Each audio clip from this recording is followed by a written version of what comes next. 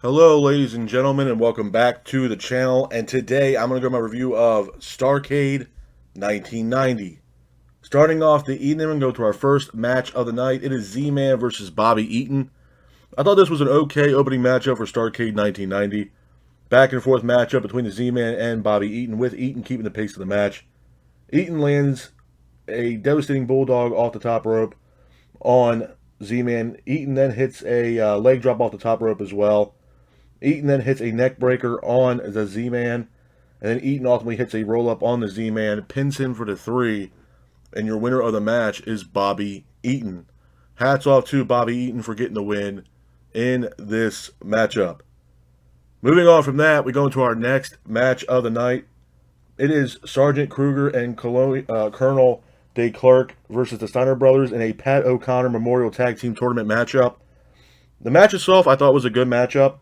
Back and forth matchup between both teams, with DeClerc hitting a spin kick on Rick Steiner, but the Steiner brothers were keeping the pace of the match.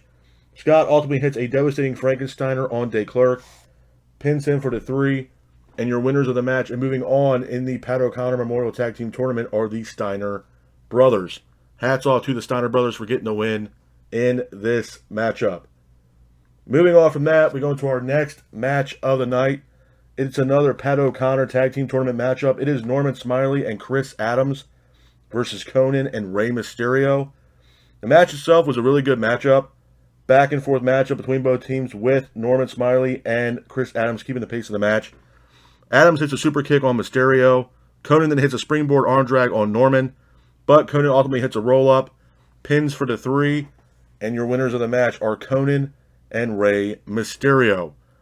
Hats off to Conan and Rey Mysterio for getting the win in this matchup.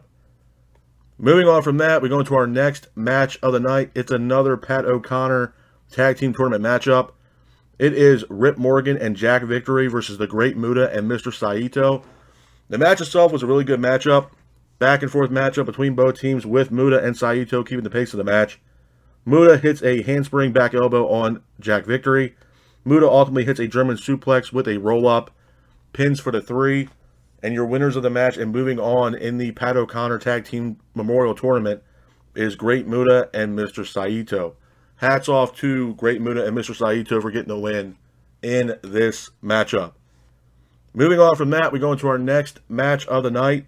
It's another Pat O'Connor Tag Team Tournament matchup. It is Troy Montour and Bull Johnson versus Victor Zangief and Salman Hasmankov.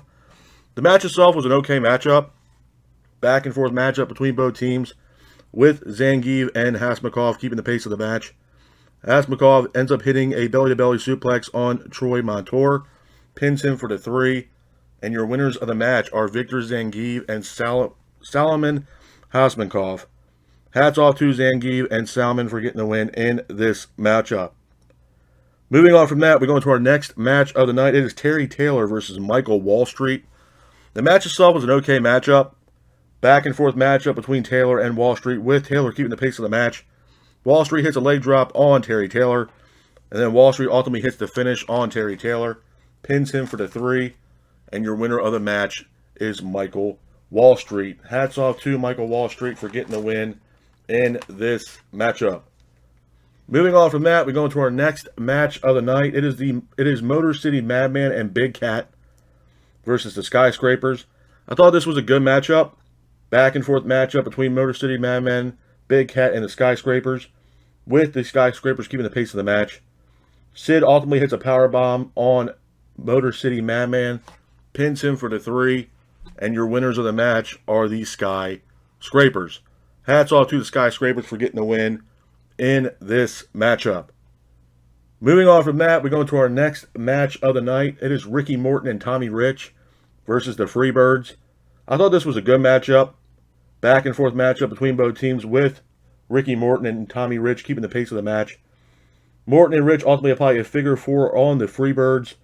Morton, though, ultimately hits a roll-up, pins for the 3, and your winners of the match are Ricky Morton and Tommy Rich. Hats off to Ricky Morton and Tommy Rich for getting the win in this matchup. Moving on from that, we go into our next match of the night. It's another Pat O'Connor Tag Team Tournament matchup, semi-final match, if you will. It is Rey Mysterio and Conan versus the Steiner brothers. I thought this was a good matchup. Back and forth matchup between Mysterio, Conan, and the Steiner brothers. Scott hits a devastating power slam on Conan in the middle of the ring. Steiners were keeping the pace of the match. Rick hits a powerbomb on Mysterio, pins him for the 3, and your winners of the match, I should say, are the Steiner brothers. Hats off to the Steiner brothers for getting the win in this matchup. Moving on from that, we go into our next match of the night. It's another Pat O'Connor Tag Team Tournament semifinal matchup. It is the Great Muta and Mr. Saito versus Victor Zangief and Salman Hasmakov.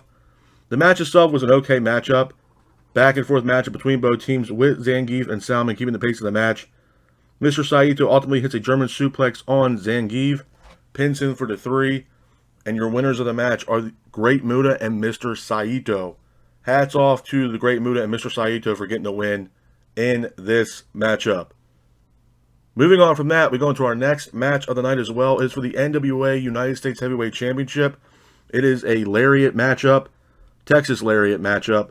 It is Lex Luger versus Stan Hansen. I thought this was a good matchup. Back and forth matchup between Lex and Stan Hansen, with Hansen keeping the pace of the match. Hansen ultimately hits Luger with a chair shot, and your winner of this match and new NWA United States Heavyweight Champion is Lex Luger. Hats off to Lex Luger for getting the win in this matchup. Moving on from that, we go into our next match of the night. It's for the WCW Tag Team Championships. In a street fight, it is Arn Anderson and Barry Windham versus Doom. I thought this was a good match.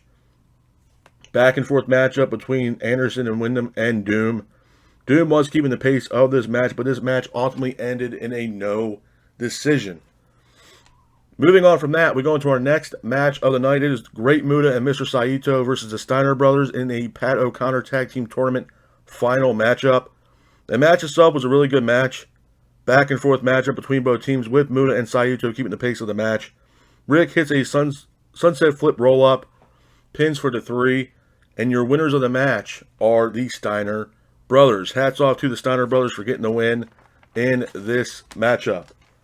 Moving on from that, we go into our next match of the night. It is Sting versus the Black Scorpion for the WCW Heavyweight Championship in a steel cage matchup.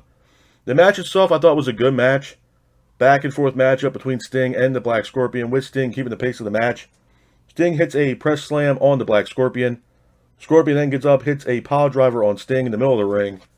Sting then applies a Scorpion Deathlock on the Black Scorpion, but he gets out of the hold. Sting then hits a crossbody on the Black Scorpion, pins him for the 3, and your winner of the match is Sting. After the match, though, Arn Anderson and Barry Windham are here. Arn and Windham then both attack Sting. The Steiners make their way down to the ring, and then Sting ultimately gets a chance to unmask the Black Scorpion, and the Black Scorpion was none other than Ric Flair. Couple of things I want to say about this event, man. Number one, this Starrcade wasn't all that great. In my honest opinion, man, Starrcade 1990 was not that good. In my honest opinion, from top to bottom. Now, I will say this. The tag team tournament, the Pat O'Connor Memorial Tag Team Tournament, was really, really good. But with that being said, there was a lot of teams in that tournament, or at least one team, 2 teams I didn't know, in my honest opinion. Not only that, majority of the matches on this card, not even including the tournament, a lot of the matches I felt like ended in a roll-up.